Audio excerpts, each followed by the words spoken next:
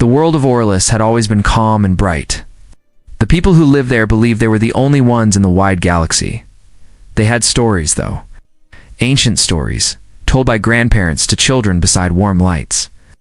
Stories about strange visitors from faraway creatures that looked just like them but were taller, rougher, stronger. The stories called them humans. Some people laughed at these old stories. They said humans were only a dream from the past, something to make children feel brave. But one person never laughed. Her name was Lydia, and she was the young princess of Orlis. She had grown up with the same stories, but they touched her heart differently. Every time she heard of these human warriors who had walked into fire and darkness without fear, her eyes shone brighter. Lydia was not like her court people of soft words, gold robes, and quiet comfort. She liked walking alone in the halls of the old library, where light dust filled the air like mist. The walls there carried screens that still played fragments of lost recordings. Most were empty flashes of color, but sometimes faint voices came through. The language was strange, full of firm tones and strong sounds. She could not always understand it, yet something in those voices made her chest tighten. They spoke as if they were standing on the edge of something great and still walking forward. Her royal advisors told her not to waste her time. They said such old stories of humans were nothing but shadows from forgotten centuries. But Lydia's heart said different. She started to write down everything she could find, numbers, places that had once been written in those broken transmissions. She made a small notebook of her own, full of small sketch marks, half-translated phrases, pictures of strong faces from hazy recordings. It was her secret treasure. One night, while sitting by the balcony that opened to the violet sky, Lydia looked up at the stars. Their cold light always felt close, like unspoken promises. She whispered quietly, "If your stories are true, then show me. Let me see them with my own eyes." Weeks passed. Life continued in the palace. Banquets, meetings, and long lessons filled her days. Yet her mind stayed on those stars. Then, one quiet morning, the peace of the city changed. The watchtower sent an urgent call to the palace. Their scanners had found a small craft drifting beyond the edge of the red cloud sea. No beacon, no voice, no clear origin. Ow. Lydia felt a rush through her chest. Something inside her told her this was no ordinary craft. Against the advice of her council, she ordered it brought in. The old commander tried to argue. "Could be a trap," he said. "Could be empty." But the princess refused to stand back. Her curiosity was stronger than fear. When the ship finally landed in the inner bay, it was almost destroyed. Its sides were burned, its engines torn apart, its beacon dead. The engineers moved quickly, cutting open the panels. Inside, there was no light, only silence. Then one soldier called out, his voice shaking. "There's someone here." Lydia ran forward before anyone could stop her. She saw through the smoke and dust a figure lying against the metal wall. The person was tall, with rough clothes burned from heat and cold. He was alive, but barely. His face was strange, not different in shape, but full of something her people rarely had. It was a face that had known wind and dirt and struggle. A face not made for palaces, but for long roads and far skies. The healers rushed in, lifting the man carefully, taking him toward the medical hall. Lydia stood there, staring at the empty ship behind them. Her heart thumped hard. For so long, she had dreamed of this. And now it stood before her, proof that the human warriors were not only stories, they were real. That night, Lydia walked quietly into the chamber where the man now rested. Machines whispered softly around him. His skin was pale, his hair dark, his breath slow but steady. As she stood there, she thought of all the tales that had filled her youth. The brave human heroes who defied storms and fought for hope. The ones who would never stop, no matter how dark the sky became. She looked at his still figure and wondered what kind of life he had lived. Was he one of those legends who had crossed endless miles of space? Had he fallen from the stars she loved to watch? Her heart, full of both fear and wonder, whispered again into the silence, so it's true after all.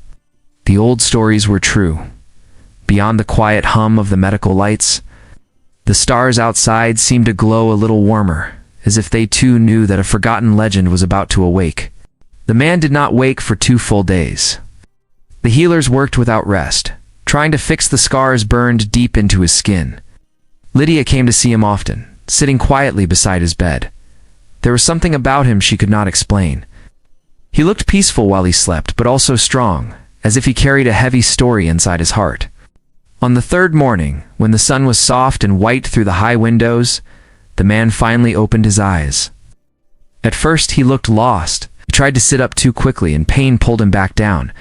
The guards tensed, unsure what he might do. Lydia stepped forward and spoke gently. "You are safe now. Please rest." He looked at her for a long moment before answering.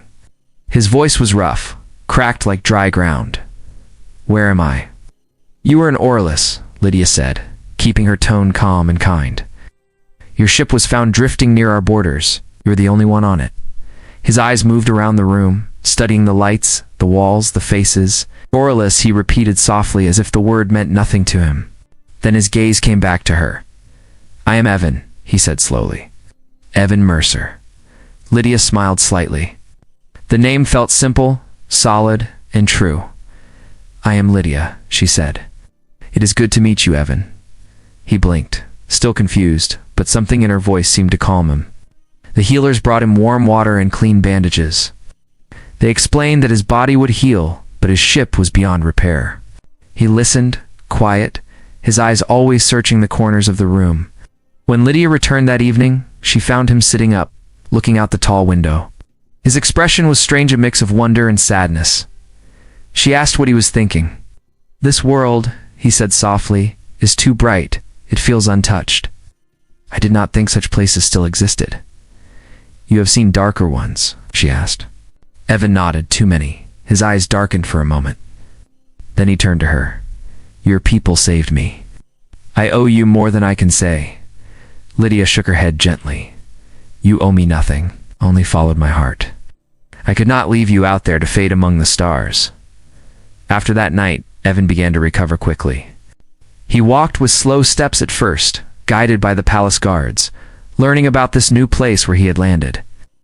Lydia often joined him, showed him the gardens that shimmered under silver trees and the great library filled with screens and memory stones. He asked many questions about her people, about their cities and traditions.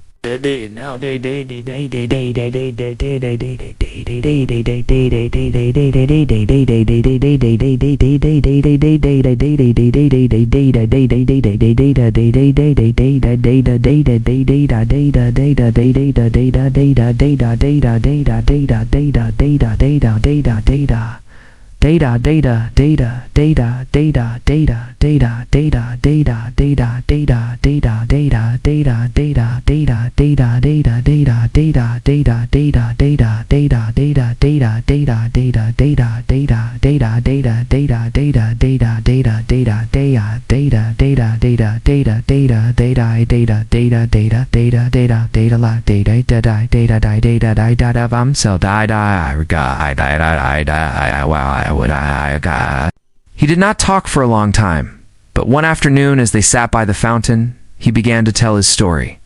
He spoke of a world that had burned in wars, then changed, then reached for the stars. He told her about the long missions that had taken humans beyond their home system. He had been a pilot in one of those missions. His crew had been caught in a storm of debris and fire. The rest were gone.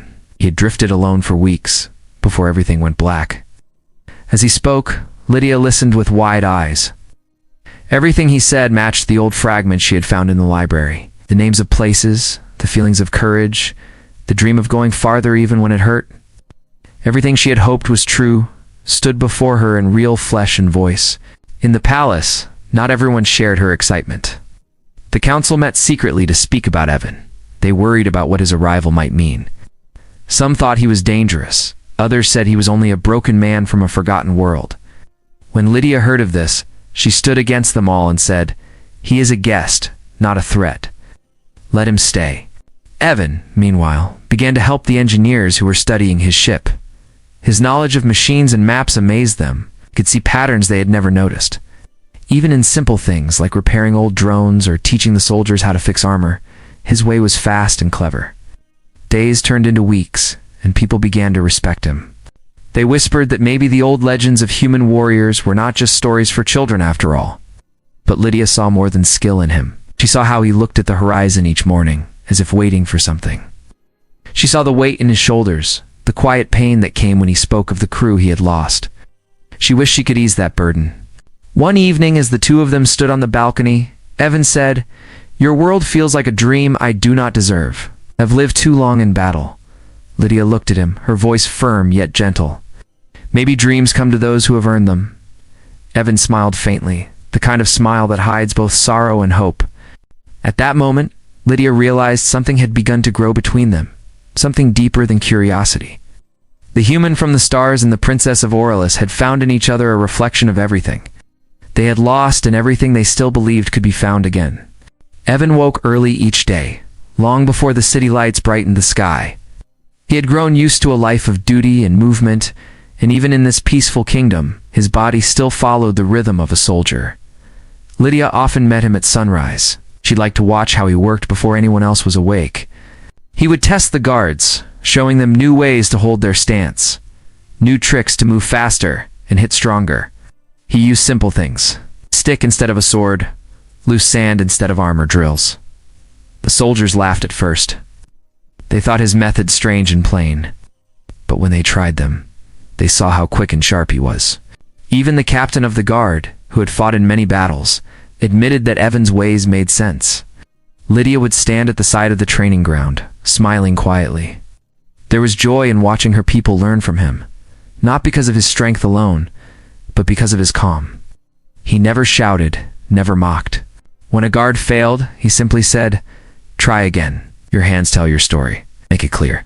It was a different kind of leadership, one full of patience, not pride. After training, the guards often gathered around to hear his voice. He told short stories from his time among the stars. Most were not grand victories, but small moments of courage, a friend saving another in silence. A pilot flying through storms without sight, a worker building a shelter after the rain. Lydia listened closely every time, amazed at how his words painted pictures of a world so different yet so human. But not everyone was pleased. Many in the council began to rumor that Lydia's fascination with Evan was clouding her judgment. They said he did not belong. They said he could bring danger from outside. One of them, a proud noble named Calder, spoke openly during a meeting. "Your Highness, "We do not know who he truly is," he said. "He could turn his back on us at any moment. His ways are not ours." Lydia listened, but did not show anger. She looked around the table and replied softly, "Perhaps his ways are not ours. But perhaps that is why we have something new to learn." The hall fell silent. No one dared argue further. Days turned into a peaceful pattern. Evan continued to teach. Lydia continued to learn from watching him. In the evenings, they walked through the gardens together, their voices blending with the sound of wind through the leaves. Lydia would ask him about Earth, about the oceans and forests she had only seen in broken pictures. Evan described them in gentle tones. Sometimes his voice would fade when speaking of the people he had left behind, and Lydia would not press him further. She understood that some memories were heavy. One afternoon, a messenger arrived from the border outposts. He carried news of thefts and small attacks in outer villages. Lydia gathered her advisors quickly. While the council spoke loudly about punishments and stronger walls, Evan stood quietly behind. When they finally asked for his thoughts, he said, "Walls will not protect you if fear already stands inside them. You must move before the danger grows." His words surprised them, explained how small attacks were often tests used by enemies to measure strength. If you wait too long, they will strike harder where you do not expect. Lydia looked at him and nodded. "Then we must act fast," she said. And for the first time, she ordered her guards to use his training methods to prepare the defense. It was a risk, but her trust in Evan was unshaken. Over the next few weeks, the city became sharper. The guards moved faster. The defense towers scanned wider. People whispered that the princess had awakened old courage in her people. But Evan knew it was her heart that moved them, not his teachings. One night as he watched her from the balcony, he saw how she looked at the stars, the same way he had looked once, hoping for something more. He walked up beside her. "You remind me of the captains I used to follow," he said softly. "Always looking beyond what others can see." Lydia turned her head slightly. "And you remind me of the legends I used to hear. Always stepping into the unknown." They both smiled, a slow, quiet smile under the pale sky. In that still moment, the distance between their worlds felt smaller. All the stories, all the myths about strength and fear, they suddenly made sense. But under the peace, a shadow was rising. Beyond the quiet lands, a rival kingdom had begun to move.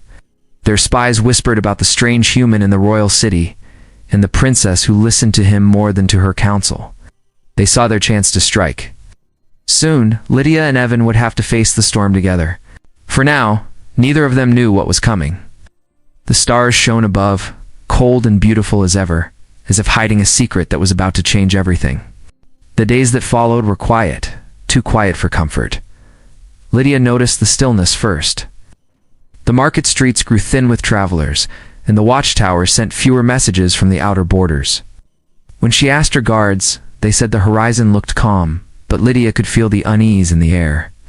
Even the wind that moved through the palace gardens seemed colder. Evan also felt it. He spent more time by the signal posts, checking for broken messages or stray sounds in the static. One evening, as the sun melted low over the towers, a faint light blinked across the far screens. It was a warning signal, the kind used by scouts under attack. He called the nearest guard and had the message replayed. Short bursts of sound came through, broken by static.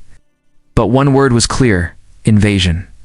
Evan ran to the council hall where Lydia was meeting her advisors. When she saw his face, she knew the fear in his eyes was real. He told them what he had found, how the villages near the border had fallen silent, how the rival kingdom had chosen their time well. Some council members panicked. Others began shouting orders without thinking. Lydia rose to her feet and said loudly, "Enough. Face this with reason, not fear." Then she turned to Evan. "Tell us what we must do." Evan looked around the room. Everyone waited. He took a deep breath. "You are not ready for a full war, not yet. But if we move fast, we can turn their power against them. We cannot meet them in open ground. We fight from within. Use the city, the terrain, the light, every wall and street. You must trust your people. You must trust yourselves." The guards listened carefully. His words came simply, but with strength. Lydia nodded. "Then teach us how." Through that night and the next day, the palace became a training ground. Evan divided the soldiers into small groups, each with a clear purpose. The young trainees he had taught earlier stood proudly at the front lines. Lydia walked among them, not as a distant ruler, but as one of them. She insisted she would ride with her people if the walls fell. The city began to hum with movement. Children were moved to safe houses. Stores were prepared, walls reinforced. Evan taught the guards to build barriers quickly, to move unseen in the narrow streets, to act as one body rather than many. Lydia watched him lead, his voice strong but calm. Even those who once doubted him now followed without hesitation. That night, when the stars rose over the city, Lydia went to find Evan. He was near the north wall, setting traps and sensors. She walked closer, the sound of her boots soft on the stone. "Do you ever grow tired of battles?" she asked quietly.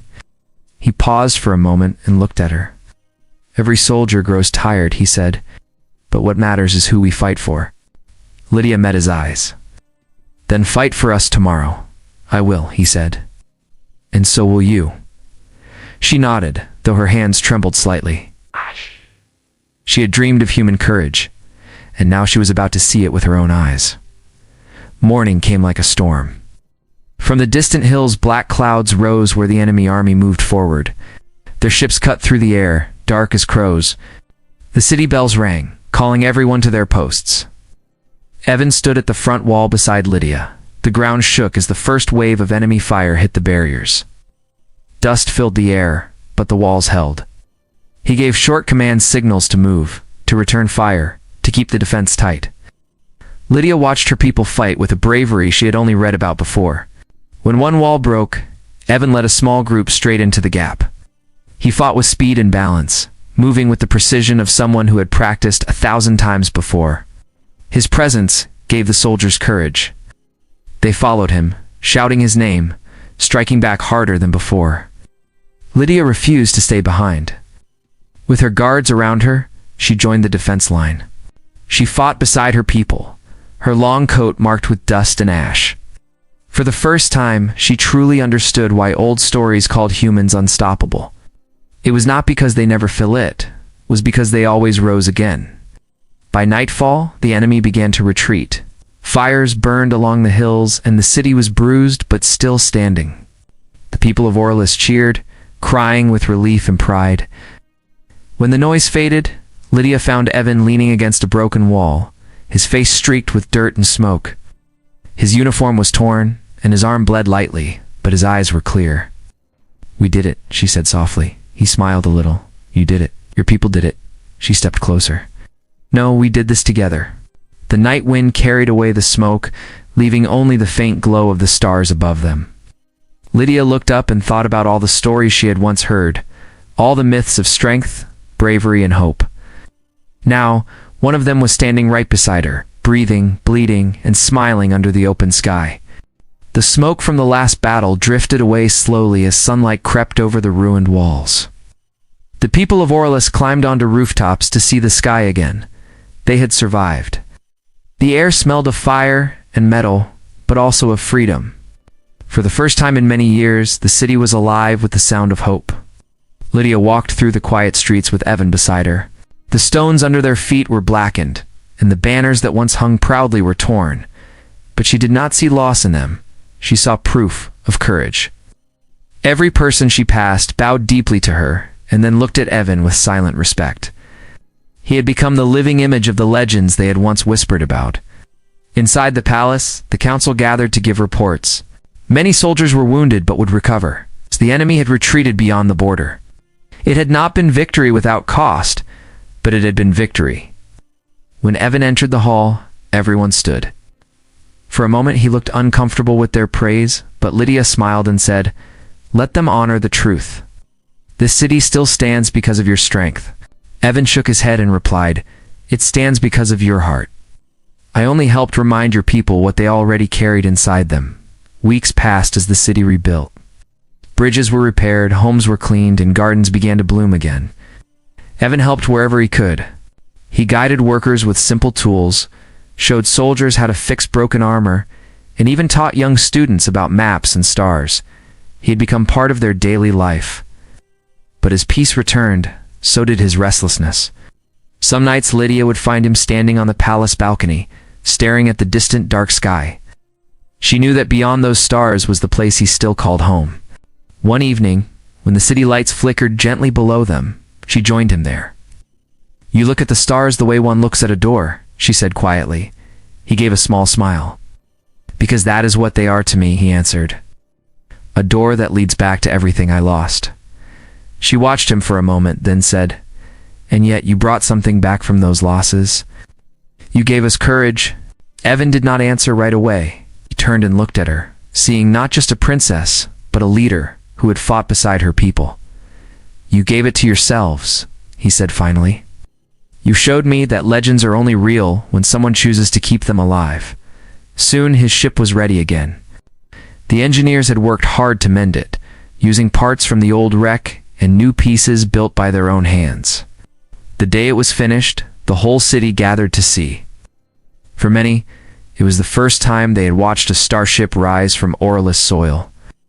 It shone silver under the sun, small but strong, like its pilot. In the main courtyard, Lydia stood before the crowd. She wore a simple white robe, without her crown, because today she wished to speak not as a ruler, but as a friend. Beside her stood Evan in his repaired flight uniform. She spoke with warmth in her voice. "Evan Mercer came to us from far beyond the stars. When we found him, he was broken. Yet he stood with us when the fires came. He taught us that strength is not born from fear, but from choice. He reminded us that legends are real because the heart makes them so." Her voice carried across the square. People cheered, some wept softly. Evan bowed his head, humbled by the sound of their voices. When the noise faded, Lydia turned to him and said softly so that only he could hear, "You gave me proof that hope is stronger than doubt. For that, I will never forget you." Evan looked at her with quiet eyes. "Nor will I forget you," he said. "You showed me that even after war, something good can grow again." A hush filled the crowd as he walked toward the waiting ship. The engines began to glow blue, stirring dust across the ground. Oh. Lydia stood still, her hands clasped together. As the ship lifted higher, a single gust of wind swept through the square, pulling the torn flags into gentle motion. Evan's voice came through the communicator one last time, soft but sure. "Keep telling the stories. Let the next generation know that courage still lives." Then the ship rose through the clouds, a bright light against the endless sky, until it was only a point of silver fading into the sun. Lydia stayed there for a long time after he was gone. The people slowly left the courtyard, but she remained, watching the horizon. Finally, she whispered to herself, he was real. The legends were real. Years later, the story of that human warrior would become a song told across the land. Children grew up hearing of the day when one man from the stars and one princess from the earth fought side by side to save their world. And though time passed and kingdoms changed, the memory of that friendship never faded. In the hearts of the people, Evan Mercer became more than a visitor. He became the proof that faith, courage, and kindness could cross any sky. And in the quiet nights when the stars glowed bright, Lydia would still look upward and smile, knowing that somewhere out there, a friend from another world was looking back.